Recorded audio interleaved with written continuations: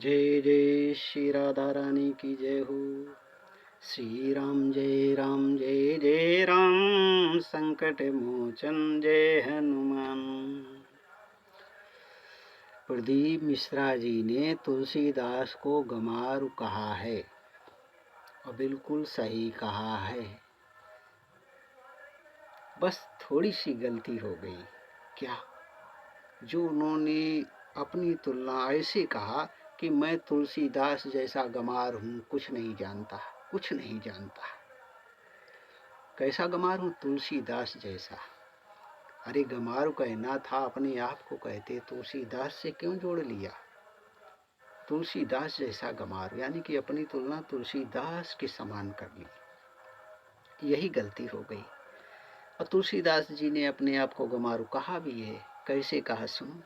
चरित सिंधु गिरजारमन, वेद न पावई पार, बरने तुलसीदास किम अति मंदु गंवार। गिरजापति महादेव का चरित्र अपार समुद्र के समान है, वेद भी इसका पार नहीं पा सकते, तो अति मंद गंवार तुलसीदास इसका वर्णन कैसे करे? उन्होंने कहा है, ऐसे कहा अपने आप को गंवार।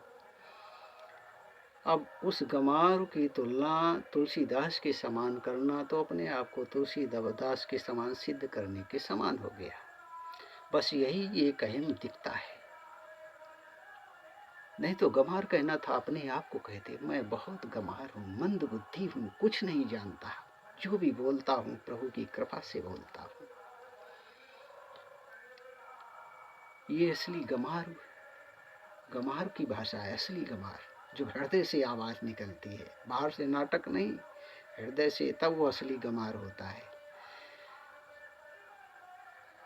तो भी ये इसका मतलब ये नहीं है वो जो भी बोला सब गलत है। वीडियो निकाल निकाल कर लाते, अरे उन्होंने ऐसे बोला, ऐसे बोला, ऐसा ऐसा नहीं है यार। गलती हो जाती है, अहम तो हो जाता है, सबको हुआ है।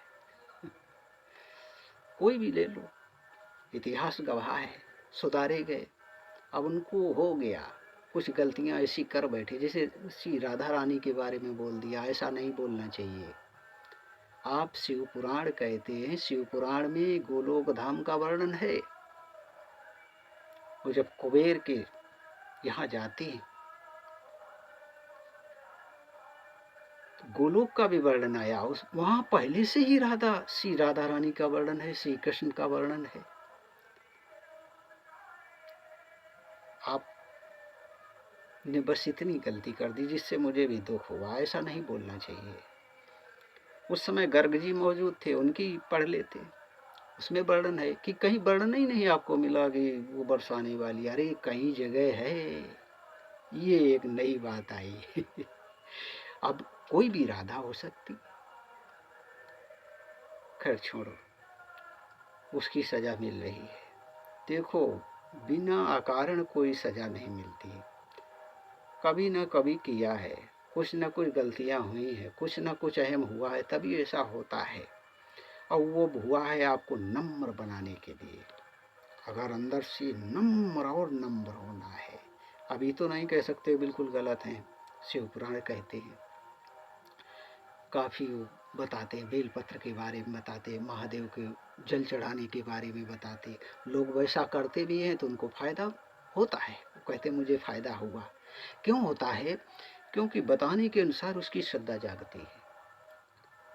वो जो श्रद्धा जागती है, उस भाव से जब वो कोई चीज़ चढ़ाता है तो उसका जितना अच्छा भाव, जितना भाव उसमें जुड़ेगा, उतनी उसको सिद्धि होती है, उतनी उस काम की सिद्धि प्राप्त होती है।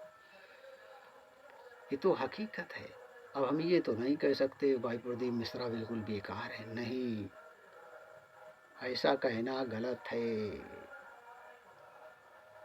अरे गलती हो जाती है, कईयों से गलती हुई, एक से एक विद्वानों ने गलती की, एक से एक भक्तों से गलतियां हो गई। गलतियां तो होती रहती हैं, गलती तो सिर्फ परमात्मा से नहीं होती है। बस हमको उनकी इच्छा स्वीकार करना है, वही असली गंवारू है। हम जो भी बोल रहे, जो भी कर रहे, उन्हीं की इच्छा से कर रहे, उनकी दया से कर रहे, ये हृदय से आवाज़ निकलनी चाहिए, यही असली गंवारू है। उनके साथ जोड़कर गंवार नहीं बोलना चाहिए था, बस यही गलती हो